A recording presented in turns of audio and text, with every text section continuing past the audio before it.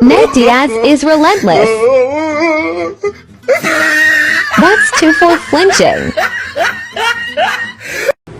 Now to address that little bitch, what's his face? That fucker. Listen, man, you can't fucking afford me. You understand? Me and all the names that you mentioned, you can't afford me.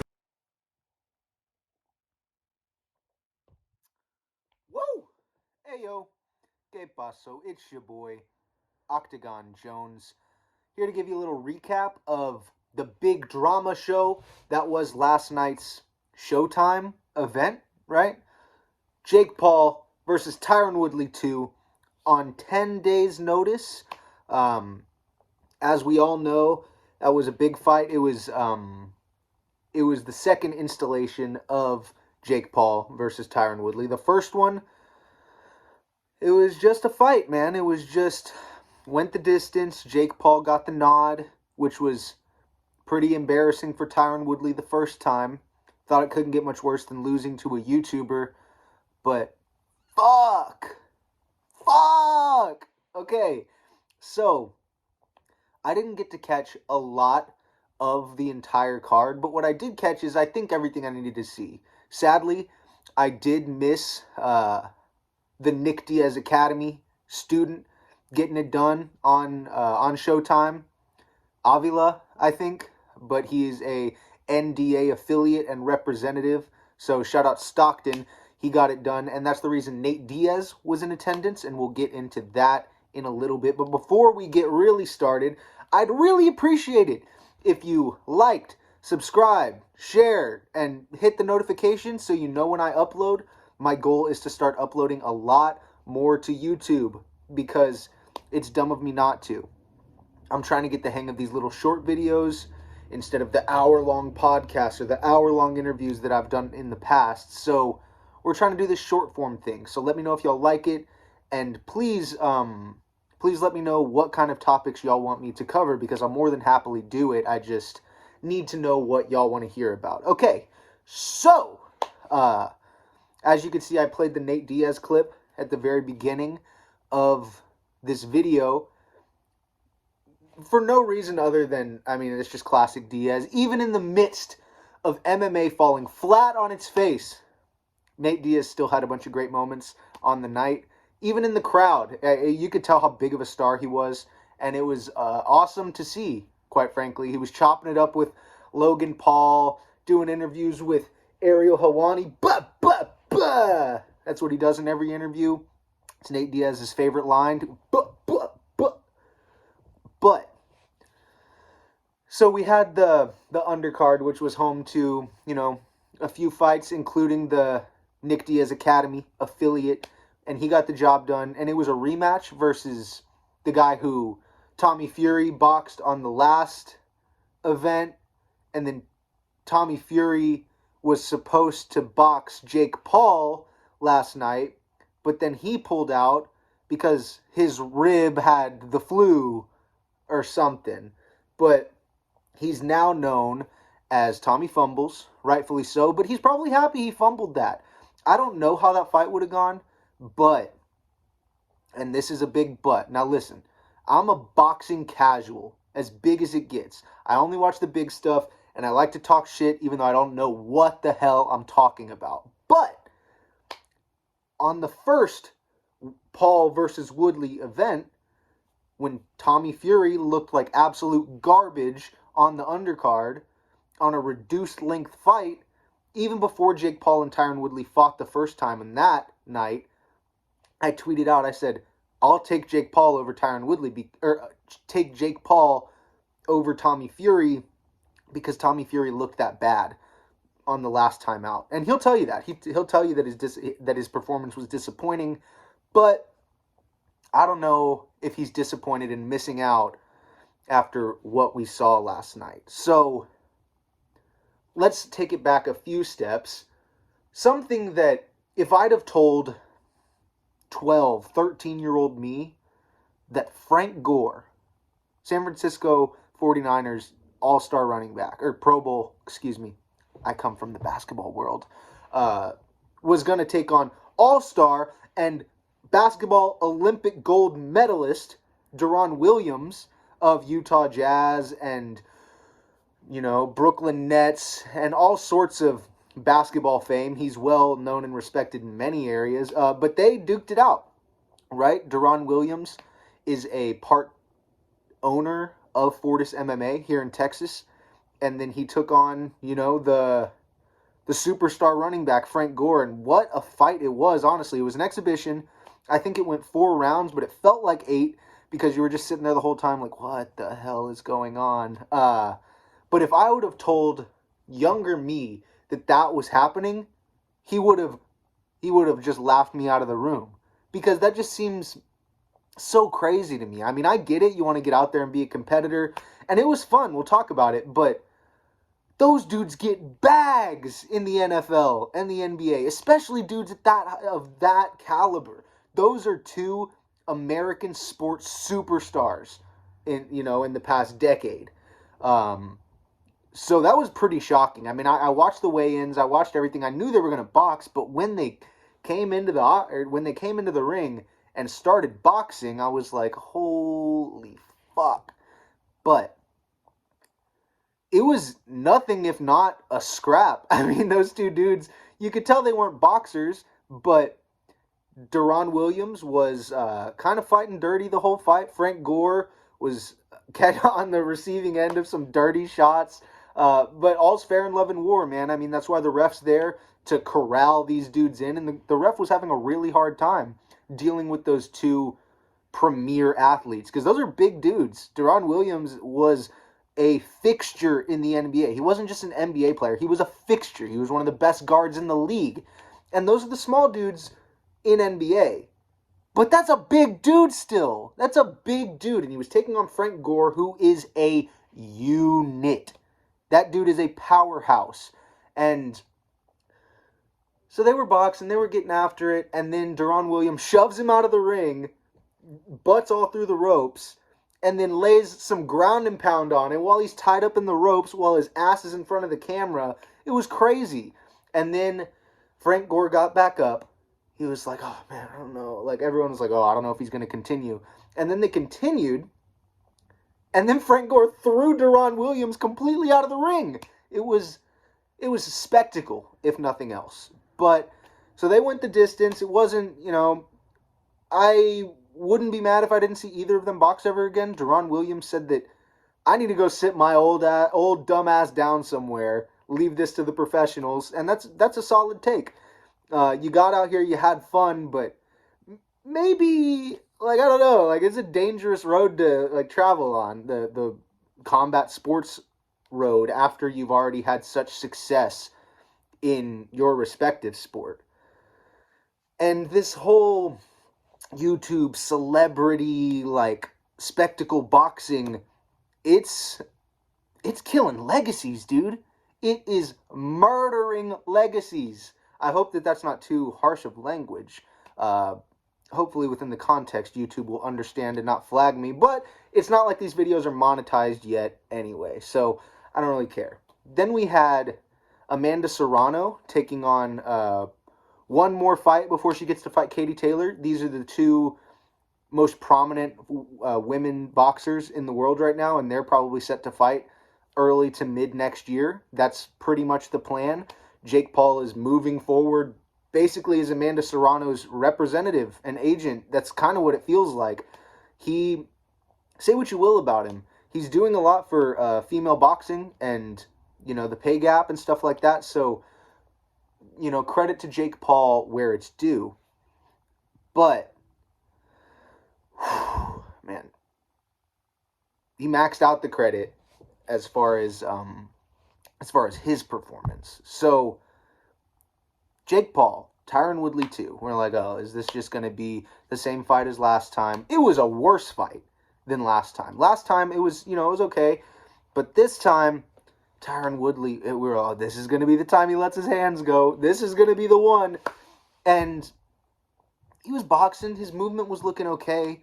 But he just kept tying him up, kept clinching him. At one point, he scored a successful takedown on Jake Paul in the middle of the boxing ring.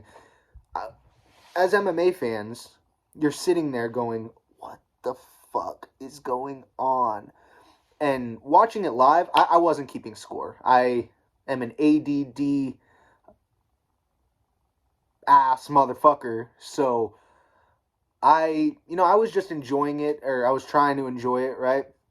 But then I started seeing the scorecard, or started hearing about the scorecards that CBS had it 5-0 for Paul going into the sixth. And that seemed a little crazy to me. If you talk to MMA fans, a lot of people will say, oh, Tyron was winning that. And I'm not going to claim either or, because I wasn't paying good enough attention to actually give it a justified scorecard for the length that it lasted. But, woo! Tyron Woodley, as... Let me see if I want to say this. I think it was ESPN. ESPN put out and tweeted on the 5-time UFC champion. They put this headline on his dome on the internet. They said, Jake Paul puts the wood in Tyron Woodley. How inappropriate is that, first off? I don't think they registered that, but maybe they did. But they were kind of, leaning towards the timber. Jake Paul had a nice line about him being a lumberjack, and that's how he fell, and he planked him out, and he really was starched. He was petrified Woodley. But yeah, it was really, really hard to watch. It was an incredible moment. People who are saying it's rigged, that doesn't happen. You don't fall straight on your nose and your face. You don't get hit like that when it's rigged. That's such a silly thing to say. But, man, did it look like it was out of a movie. Tyron Woodley, Jake Paul, going into the 6th round. Jake Paul, you got to give credit to him. He was making these reads as a boxer. He was noting that Tyron kept catching, whatever that means. He was catching, trying to avoid the body work and the work right in the front of him. So he kept dropping it, and Jake Paul said he was setting him up the whole fight. And then he came over with a bomb of a shot. And just, he slept him before he was even tucked in on the floor. I'm not trying to be disrespectful. I'm really not. But Tyron Woodley was snoozing midair. Tyron Woodley's been knocked out before. He was knocked out by Colby Covington. It was a rib injury with a slam, wrestling, kind of it was a weird scenario. But that's a TKO, right? Then, earlier in his career, he was slept. He was slept by Nate Marquardt. But Nate Marquardt had him up against the fence. He was giving him elbows right against the fence. He was hurting him, unloading on a 20-piece combination on him. It took Nate Marquardt 20 shots up against the fence to put Tyron Woodley into bed night. Jake Paul did it with one shot. Now, I don't know if I'd go so far as to say I respect him as an athlete, because I think it's pretty apparent that he's probably using performance-enhancing drugs. And I know everybody's on steroids. Everybody's on steroids. You. Everybody's on steroids. I get it. But in this climate where you're boxing way past their prime athletes, these 40-year-old wrestlers, it's kind of sketchy to just be juiced to the fucking gills and then sleeping these dudes, these legends of the sport.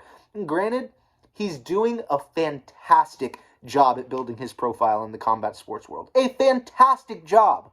But I don't know how sustainable the model is, first off, because where does he go from here? He called out Canelo on Twitter today. What are you going to do with fucking Canelo in the boxing ring? That's insane. You'd be safer coming over to MMA than boxing Canelo in a boxing ring, the sport that you're already a professional at. I promise. But I'm not trying to yell at Jake Paul. Jake's not going to watch this, but I'm yelling at him, getting emotional. Chill out. But yeah, he had Nate Diaz and Jorge Masvidal there in the audience, in the stands. There was a bunch of people there. The Island Boys almost got into a scrap. Let's see. I feel like there was a few things, but yeah, the Island Boys, the viral internet dorks, I guess, they were there standing on chairs, yelling at people to come get some. But Masvidal and Nate Diaz were there, like I said, and once they saw Jake Paul sleep Tyron Woodley, they got out of there. I don't think they were avoiding the call out. One, they're both under contract. Nate Diaz was just extended in his UFC deal, which I think means that he didn't sign more on his deal, but his deal was extended because they haven't been able to agree on terms for how it's going to hash out. But Jorge Masvidal and Nate Diaz weren't avoiding the call out. They were just like, oh my fucking God. And then, so Nate Diaz left, did that video that I put at the top. Jorge Masvidal, game bred, recorded a video right after, going scorched earth on Jake Paul, saying, you can't afford me. I only fight the best in the world or for money, and you're neither. And I don't know what to make of that, but I would love to see Gamebred get his shot at, putting MMA on his back versus the YouTuber who is knocking out all of our fighters. It's crazy. Who'd have thought? What a world. But, yeah, so Gamebred came out with the video. I'll try to put that at the beginning, too. But, yeah, he came out, scorched earth on him, and then Jake Paul, in the press conference, kind of called them out a little bit. The press conference was weird, too. Tyron Woodley was there, giving all thanks to Jake Paul, and then Jake Paul came and sat next to him, and they were kind of buddy-buddy, which makes sense. They just made a lot of money together, but makes you think, makes you feel a little weird about what just happened, because that was an all-time viral moment. It was embarrassing. It was like, I'm not saying that Tyron, like, who am I to say Tyron Woodley should be embarrassed? I'm literally filming this in my mom's house. Lovely bookshelf we've got. But it was an embarrassing moment for Tyron Woodley's legacy. It was an embarrassing moment for MMA as a fandom and as a community. We're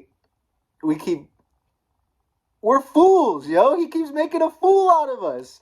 But the MMA community is coming around to the spectacle that Jake Paul is providing. But I don't know what the cap on it is.